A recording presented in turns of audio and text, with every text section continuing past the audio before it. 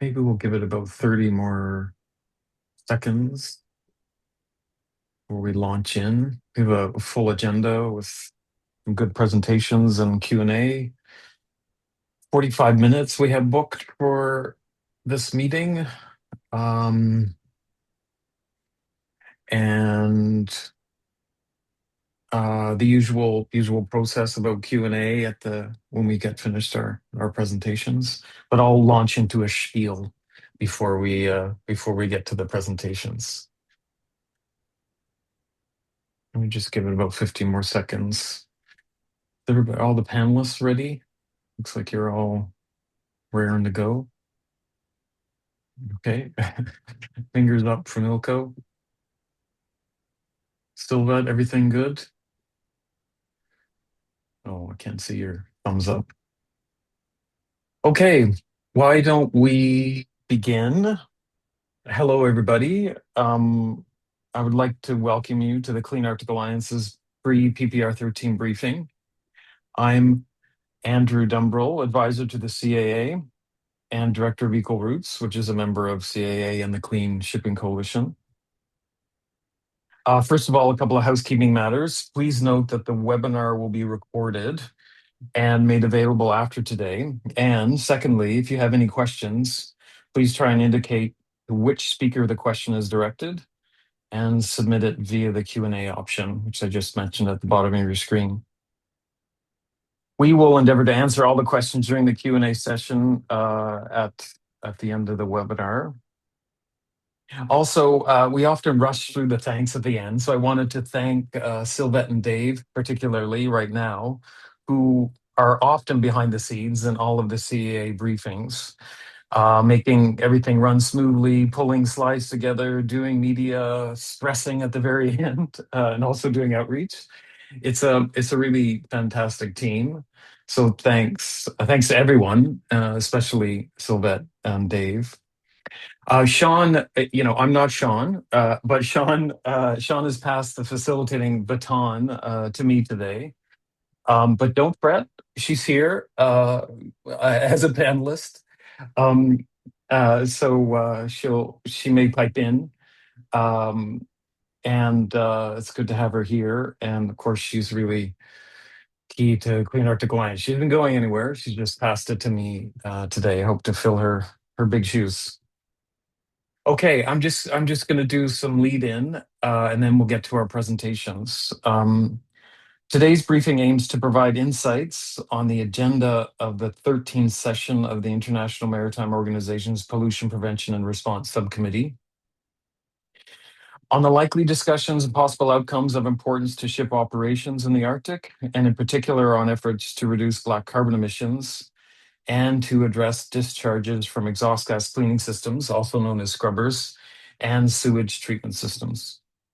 In previous Clean Arctic Alliance pre-PPR briefings, we have drawn attention to recent announcements and reviews of global climate extremes.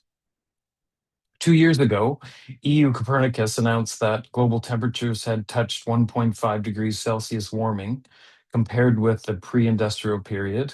And last year, we referred to a new review of global climate extremes, including extreme rainfall and flooding events, devastating tropical storms, intense hurricanes and tropical cyclones, and droughts, including in the summer of 2024 when the Panama Canal experienced drought along with historically low water levels, which disrupted global shipping and caused losses estimated at $700 million.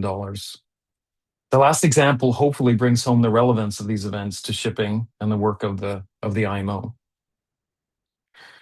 The Arctic is now recognized to be warming 4 times faster than the world as a whole and is already 2.5 degrees warmer compared to pre-industrial levels. And it is also acidifying faster than the global ocean.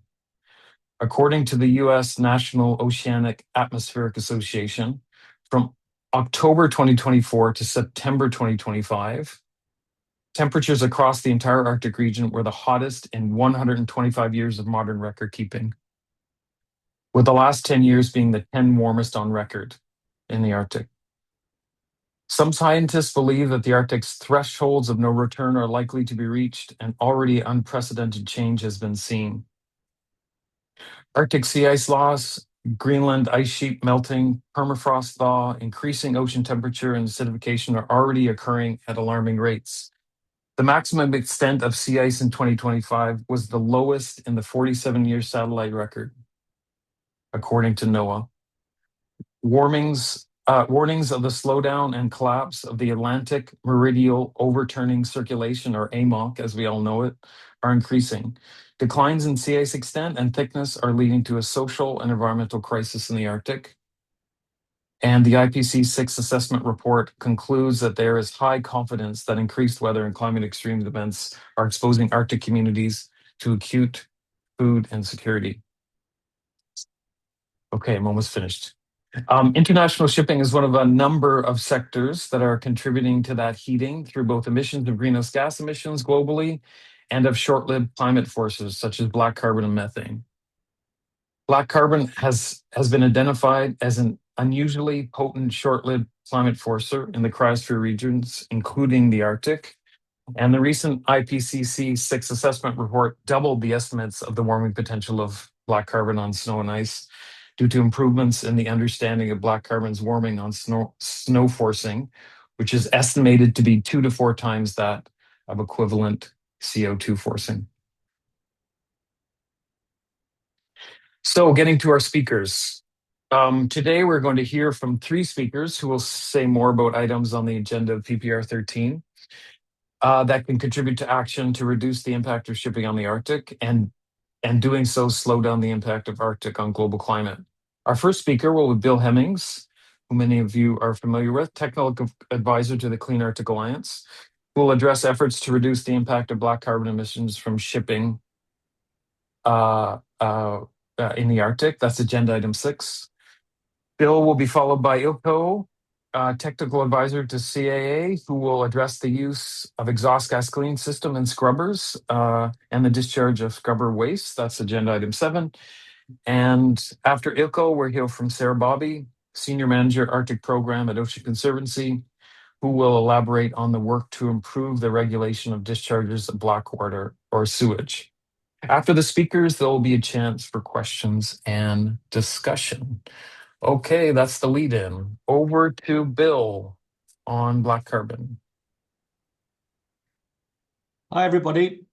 I'm speaking to you from not sunny Brussels, where I've been based for, well, more than 10 years, and I've been working on shipping and aviation, both at EU, IMO, and ICAO level. So I want to talk about residual fuels, as you can see here, the most polluting of all fuels. You know what they are because you see it every day.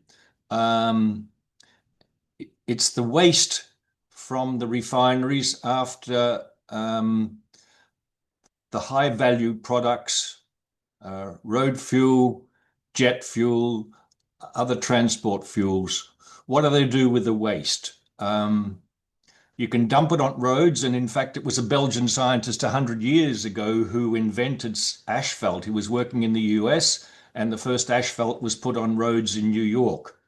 It's also stuff you'll see on roofs, the black tar on roofs. But it is the dominant fuel, and it's going to be the dominant fuel, unfortunately, unless we can do something about it for a long time yet in shipping. So it's the residuum which has to be got rid of at the refineries, and either they sell it as asphalt or tar for roofs, or they find a way of safely disposing of it somewhere on land. But the most obvious thing to do, and what the IMO and member states have allowed them to do, is to sell it to shipping.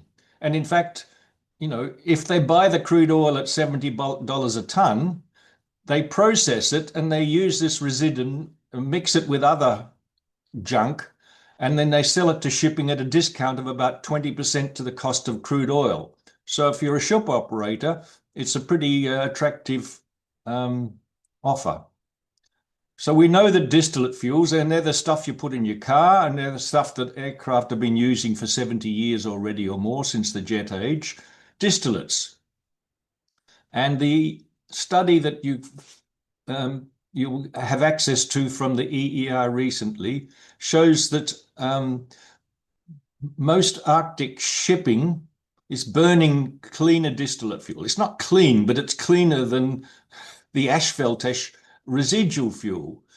And it's the most common fuel because there are millions and millions of fishing boats, smaller fishing boats, but also other ship types that, for all sorts of engine size and type reasons, can only use distillate fuel. But it's the bigger ships, the ones that really have big fuel tanks and go longer distances, possibly in the Arctic, which use this cheap and dirty residual fuel. So PPR, the week after next, is all about switching to cleaner polar fuel distillates to cut Arctic black carbon.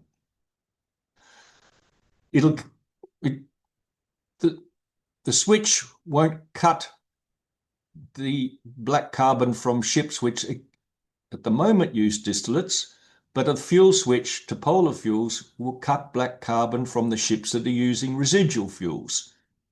And the quality criteria for those residual polar fuel, for those distillate polar fuel Arctic fuels, are set out by the ISO standards organization in 8217. And the proposal to PPR13 on polar fuel distillates has been put forward by Denmark for Greenland and the Faroes, France, Germany, and the Solomon Islands. Solomon Islands representative of the thoughts of many countries in the South Pacific. It means an immediate switch to MGO. Let's go to the next slide.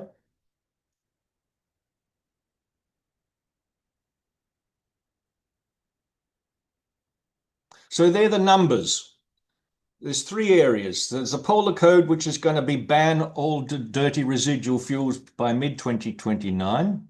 And then there are two scopes on the Atlantic side and on the Pacific side, 60 North and AMAP from the Arctic Council, where the fuel it will include the fuel in the Arctic, in the IMO Arctic Polar Code area, but it's the additional residuals in the Atlantic and in the Pacific.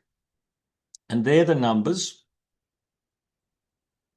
And the other important thing to note, and there's an ICCT study that was published in May last year in 2025, which points out a lot of this traffic, that burning residual fuels, is both in the IMO Polar Code HFO ban Arctic, but much more of it is in Arctic waters on the Atlantic side and on the Pacific side. Let's go now quickly to the third slide, which is a map, and it's probably easier for you to take in if you're looking at this map.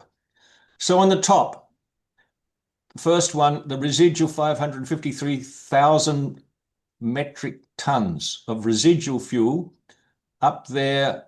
Okay, it's upside down for us, but that's the AMAC boundary down to just below the Aleutian Islands in that red line. So it's the red line up to the blue and the yellow line, which is the 60. So there's a hell of a lot of residual there, which is churning out black carbon. A lot of it is actually ships which just touch through and proceed a little bit through the Aleutian Islands because that's the quickest route between ports in Asia, and they're actually traveling to West Coast US and West Coast US ports and vice versa.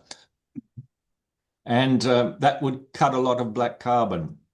As I said, in the middle there, the polar code, 290,000 metric tons in 2024. A high proportion of it is Russian domestic and international shipping. And what Russia might or should do about that is a separate question, important but separate. But even in the Polar Code, you'll see that in 2021, half of the large ships over 5,000 gross tons actually called at an EU port as part of the journey, and therefore they're actually regulated by EU and EEA and UK states who really have responsibilities under IMO conventions to control these issues. And at the bottom, residual 360,000 metric tons for 60 North. So that's below that, below the HFO band blue line down to Iceland. And then there's either the red AMAP boundary or the yellow 60 north boundary, and you'll see on the left it goes right through um, for the AMAP boundary to those green and yellow, green and red lines off the coast of Labrador. And in the Norwegian Sea, 72% of the residual in this area on the Atlantic is in the Norwegian EEZ, about 10% or less in Russia, Iceland, Greenland, and Faroes. There we go. I'll hand over now to my friend Ilko. Thanks, Bill. Ilko, please. Thank you. Thank you, Bill. Well, it's good that you mentioned residual fuel because the MARPOL Annex 6 regulation allows to use residual fuel in emission control areas, but then you will need to have equipment to take out the sulfur, the SOx, and that is exactly where the scrubbers or exhaust gas cleaning systems come in. Now, maybe for those of you who are not so familiar with this, you can see this infographic. It's produced by Clean Arctic Alliance. You can find it on our website. But the basic thing is that in the exhaust of a ship, there's a mist of seawater produced, and that mist of seawater will take up the SOx, but also other particles like heavy metals, PAH, etc. And you could wonder what's happening then with that mixture. Well, that mixture is then discharged overboard, and it is there's a clear scientific research project called Emerge that has been running for 4 years with several universities, and they've investigated the impact of the toxic substances that are mixed in scrubbers, in scrubber discharges. So we think it is time to do something about this. And not just us, but also several member states think that it's important to do something about this impact. Now, for PPR13, there are 16 submissions just on this issue that will then be discussed in the working group on air pollution and, of course, in the plenary room as well. Now, I'd like to highlight a couple of the submissions. PPR 1372 is by European states, and it proposes the draft amendments to MARPOL Annex 6 for protection of the particularly sensitive sea areas from scrubber wastewater. So PSSA is also an IMO instrument where countries or groups of countries can define a certain sea area that needs extra protection. And we think that's a good idea. And then the NGOs have also produced another paper that is 1373. And we think IMO should consider measures and to address gaps and develop international measures to reduce discharge or to ban discharge in PSSAs, but also maybe in emission control areas and particularly sensitive sea areas such as the Arctic. So the Arctic, as you may know, ship traffic is increasing there, and so we need to safeguard that from all the impact of nasty impact of shipping. There's another one that is PPR 13-3, that is by Belgium. It turns out that paper highlights the effects of emissions to air from ships that are equipped with scrubbers. So you would think that the scrubbers would take out all the hazardous substances from the exhaust, but in fact it doesn't.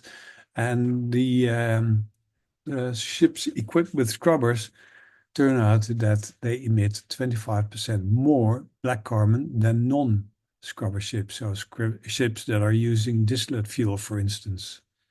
Then there's another one that is PPR13 in 4, that is by the OSPAR Commission. And so in the OSPAR Sea area, it is decided that there's a discharge ban in internal waters and port areas. But OSPAR has also made a roadmap for a possible ban in territorial waters. So that's the 12 nautical miles zone 4. And several European countries have already installed a ban in territorial seas. Denmark, Sweden, Finland, and then there across the globe there are several countries that have already certain types of bans, could be internal waters, port areas, or territorial seas. So there's a growing demand from coastal states for a discharge ban.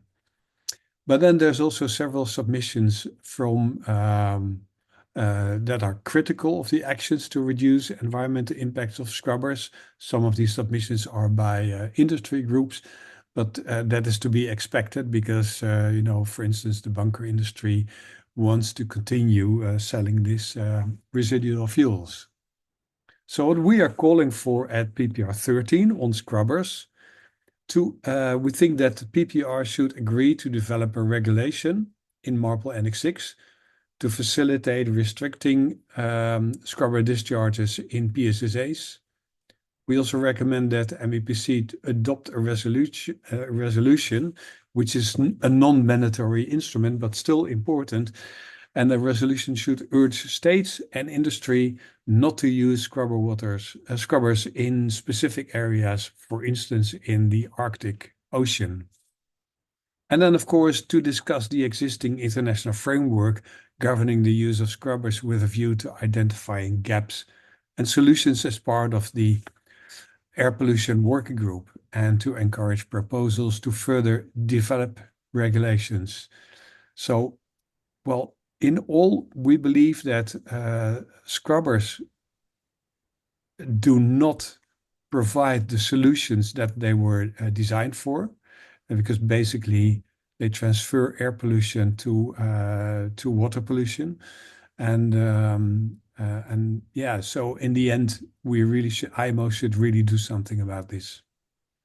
Okay, thank you. And now I'll pass the baton on over to Sarah Bobby on sewage. Thanks, Ilko. Thanks so much, Ilko. Hello, everyone. I'm Sarah Bobby. I'm with Ocean Conservancy, normally based in Anchorage, Alaska, and Dena'ina lands, but it's a little too sunny here for that in Arizona to claim that's where I am today. Just quick heads up, I'm going to turn my camera off here just because I've been having some internet issues, so I will join back in one moment. All right, so Annex 4, sewage. Annex 4 covers the discharge of sewage from ships over 400 gross tons with 15 or more people that travel internationally or international waters. And the reason this work is occurring is that currently this regulation is very lax. The only requirement of this annex is for ships to obtain a type approved sewage treatment plant, which is tested and approved in a lab. And the regulations only apply out to 12 nautical miles of land, or in the case of the Arctic ice shelf. There's nothing else. There's currently no performance or no testing requirements, no maintenance requirements, etc. And several years ago, a study launched by the Netherlands demonstrated that 97% of ships were not meeting the standard and were not even compliant with such minimal regulation. And therefore, the IMO about 6 years ago initiated work on this, which is the revision of Annex 4 and the associated guidelines. Now, our main concern is that sewage treatment plants are not working. And this is likely due to problems with the type approval system, lack of any performance standards of these systems. And the sewage treatment plants may be designed for passing this test in the lab, but they're not showing any sort of long-term performance. Next slide, please. And not going to spend too much time on this. I think people, are probably quite aware that if you dump raw sewage into the ocean, there could be, a large array of issues, including some of the things demonstrated here. Next slide, please.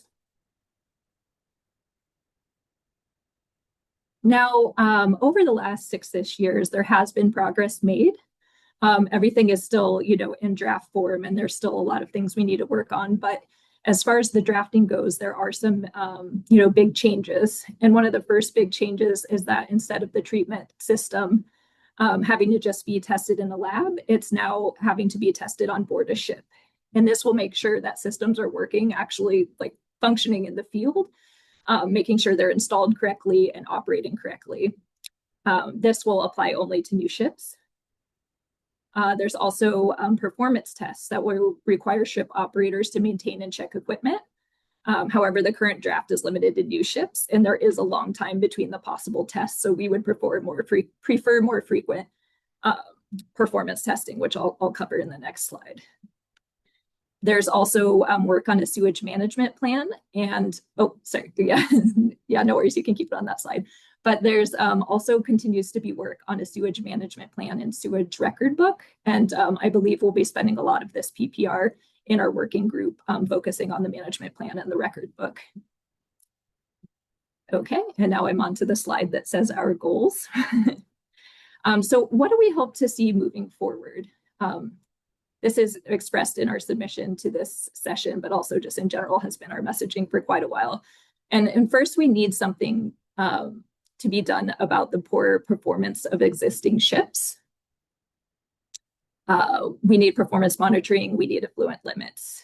And at last PPR, we had a pretty even split of member states that would like to do something about existing ships and those who just want this all to focus on new ships, which is rather unfortunate because, as I mentioned before, 97% of existing ships are not compliant. So it seems like there would be quite a loss if nothing is done with existing ships. And then, yes, we hope for regular monitoring of ships. We support at least annual monitoring. As of now, the draft, you can have a gap of up to 5 years between the monitoring requirements. And this is concerning to us because we've seen in Alaska, in one of the places that requires more consistent monitoring than most places in the world, that there's just tons of large variability in the sampling and monitoring. And if you don't do it frequently enough, you don't catch when the system's not working, and 5 years is just too long between those times.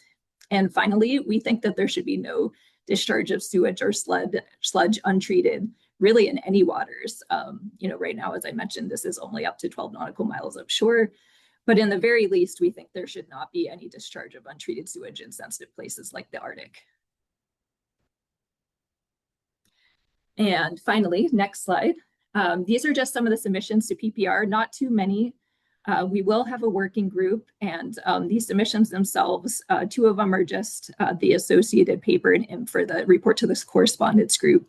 One is our submission, and then one is a really interesting study from the Netherlands and Germany, and they did a study in which 19 ships were analyzed for their performance, and the results the study really highlighted that the ships surveyed, overall did not meet certification standards, and it just continues to highlight that, without monitoring ships just aren't even really aware of their poor performance, even if they're, really hoping that they are performing well. And it just really supports the need for existing ships, to be included in this work and, to be something to strive for. And finally, there's one other submission, PPR13-10-3 from India, that comments on just the sewage record book, and it provides a draft form for that. So grateful for that submission. And yeah, that is what's going to be happening at this upcoming meeting on sewage. Thank you very much. Thanks very much, Sarah. Appreciate all the presentations, very clear and to the point. See that questions are starting to come in. And just as people start to put their questions in there, our reminders, the Q&A button at the bottom. Ilko, did you have something extra you wanted to mention? Did I understand the chat properly? Yes, yeah, thank you. Thank you for giving me the opportunity. Yes. So the IMO deals with many different issues, and but they're usually separated from each other. Like what Sarah just highlighted is the discharge of sewage, etc. But that's a different working group. That's a different area at the IMO. But it is also about wastewater. So the cumulative effects of wastewater from ships, so from scrubber water, from sewage, from grey water, etc. That is something that is maybe not on the radar of everyone. So I think that is an important point to make. Thank you. Thanks, Ilko. Just looking at the Q&A, thanks, Teresa, for your question about the health impacts of black carbon emissions. And we've actually prepared a briefing on the health impacts, which we can share, and I believe it's on our website as well. But black carbon is a component of particulate matter, and there are multiple global studies on particulate matter and its links to poor health outcomes, cancer, respiratory problems, heart disease, that sort of thing. So it's an interesting point about, we talk a lot about the climate impacts associated with black carbon emissions, melting snow and ice, local warming, that sort of thing. But it really is an issue that's at the nexus of the triple planetary crisis because it is a pollutant. It is an air pollution for people, especially when ships are transiting close to coastal towns and cities and populated areas. It impacts people's health, as well as that in that melting with sea ice, it impacts food security, harvest in the Arctic. And so it's connected to that, the food systems, people's health, and also local and global climate. And by switching to polar fuels and distillate fuels, it's one of these solutions that addresses all of these issues. So it's quite a potent climate forcer, and it's also a potent solution for that reason. So your question about specifics on Greenland is a good one. I see that Sean is typing an answer there, so she may have some more details on that as well. Also, Teresa, I see that you've asked another question. Would it not be beneficial for the IMO to have a dedicated group to address the various Arctic-related matters? Interesting point. Anyone have a comment on that? Not necessarily.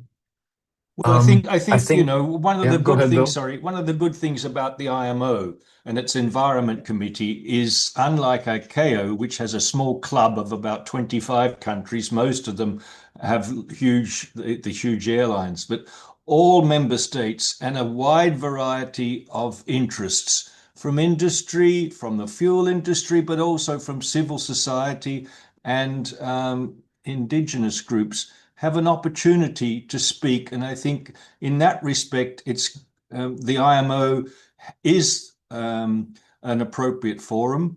Whether it should have some smaller working groups, maybe Sean has a view on that. But in terms of openness, and you can go on there as an outsider and virtually read every submission that's been put to the IMO. I think that is also something that's very important. You can't do that on aviation, and you have to sign a non-disclosure agreement and suffer criminal penalties if you break it. Thanks, Bill. Yeah, Sean, please. Thank you. Just to jump in on that question around whether there should be a dedicated group to address Arctic-related matters. Effectively, there was for a while, in fact, for a considerable length of time, while the Polar Code was under development. I forget exactly how long it was, but probably about 5 or 6 years, there was a specific agenda item around wide-ranging from safety all the way through to all the environmental protection matters related to the Arctic and the Antarctic. And so I think at the moment the work that group was doing was completed, and so it hasn't been meeting. But as soon as there is an opportunity for work to begin again around the polar code, that group should come back together again. Whether there's a need to have it as a regular group that is existing all the time, I think is perhaps open to question. But personally, I think, yes, it would be valuable. But I'm sure there are others that might feel that it doesn't need to meet all the time, or at least continually. But I think it will come into existence again once there is further discussion around the polar code. And in the Q&A session, I'll just put the link to the health impact briefing that you referred to, Andrew, so it's there. Thanks, Sean. I see, just teeing up Ilko, there's a question here about scrubbers and science and research around scrubbers and decision making. And if you're able to come in, yeah, great, thanks.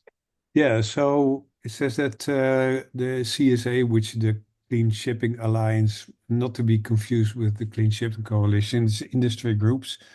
They say now whether IMO decisions are taken on the basis of completed science and agreed procedure. So I do know that some industry groups are also involved with, let's say, other scientific research that shows that the impact of scrubber discharge water is not so bad, or is negligible, really. But there are some flaws in some of those studies. And for instance, one of the flaws is that how do you take your sample for scrubber water? And for instance, if you take a sample in an area where there's a lot of current, and so there's a lot of flushing from fresh water coming in, etc., or from fresh seawater coming in, then that sample could be diluted. So for us, the major body of scientific research is produced by the eMERGE project, 4-year project that has produced an incredible mass of scientific papers, and where several universities and research bodies were involved. So for us, that is still the basis of our argumentation. Yeah. I hope Great, that thanks, answers your Ilko. question. Yeah, thanks, Ilko. Just to mention too that the precautionary approach is an approach that the IMO has agreed to take, and that can also factor into decision making and when decisions should be made and when not. So thanks for that. I see another question coming in. I'm just looking at the time. We have about 5 more minutes, or maybe 4 more minutes. I'm going to wrap up with just a minute. So we have time for a couple more questions. And Sarah, just to flag that a question has come in from Ludmilla. Are there any advanced ship sewage treatment systems that work reliably in everyday operations? How accessible is this technology? I don't know, Sarah, if you're able to come in on that. Oh, so apologies, I'm not able to see the Q&A, but no, that's a great question. And yes, there definitely is, and it's very accessible. And I think the main problem right now is like I mentioned in my talk, is just the lack of monitoring, sampling monitoring, et cetera. I think there are a lot of ships that have, in theory, great systems, especially even advanced water treatment systems. But if you're not monitoring them, you don't know if something goes wrong. You may assume because you have this nice piece of equipment that you're in compliance. But if you're not checking, taking samples, monitoring, and holding that accountable to effluent limits, you're not sure that you're actually doing what that system is capable of doing. But I think it's very accessible. I will admit that it's not as accessible to existing ships, like retrofitting a ship that already has an existing treatment system with a whole brand new advanced water treatment system is definitely something that is expensive. But there's a lot of things you can still do for existing ships in the sampling and monitoring realm, and that's what we've been advocating for years. But also, as far as new ships, I mean, the technology is available, and it just needs to be used properly. Thanks. Thanks very much, Sarah. That's great. Also, Samantha, thanks for flagging this just in the Q&A there. The Pacific Environment and EERA had input into that. They put together a very good report on the science and policy around scrubbers, and Samantha's put that into the chat. It's a very good gathering of all this scientific evidence, is what we were talking about earlier. So it's quite a bit related to scrubbers. Yeah, Bill, I think Bill, you'll have the last word before I have the last word.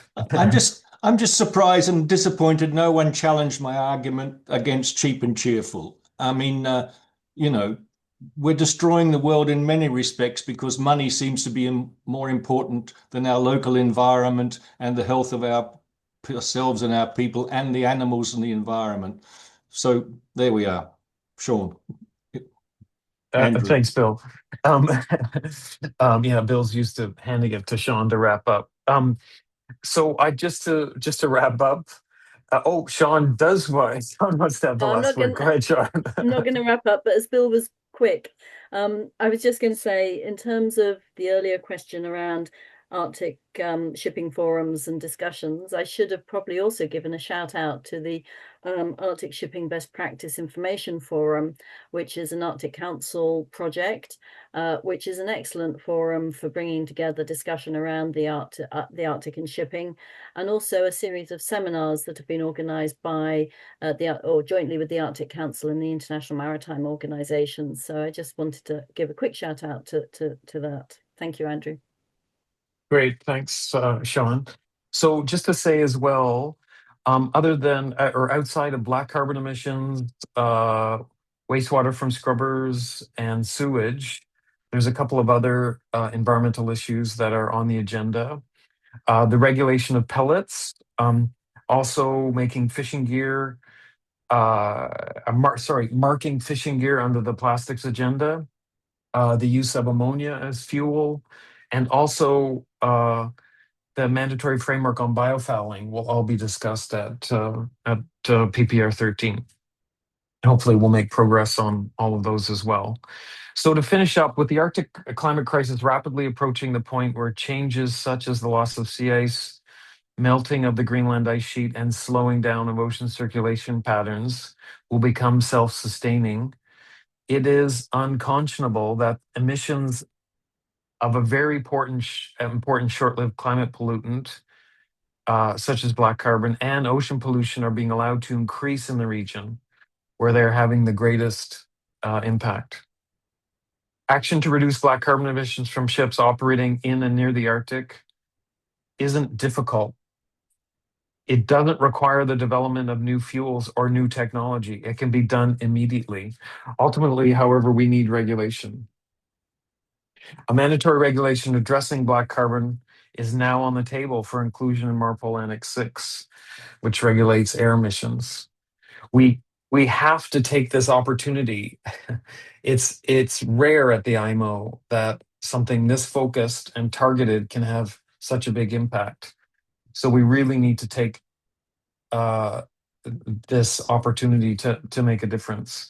And also, we need efforts to prevent ocean pollution and stop the release of scrubber discharges in ecologically sensitive areas, and improve treatment system used to reduce pollution. All those are essential at this upcoming PPR 13 meeting. So, thanks very much, everybody. Thanks to the presenters, Bill, Ilko, and Sarah. Much appreciated. Also, again, Sylvette and Dave, and of course, Sean and the team at the Clean Arctic Alliance. We will all look forward to seeing you in London for the very consequential PPR 13 meeting. And thanks for joining, and have a good rest of your day. Bye, everybody. Thank you. Thank you.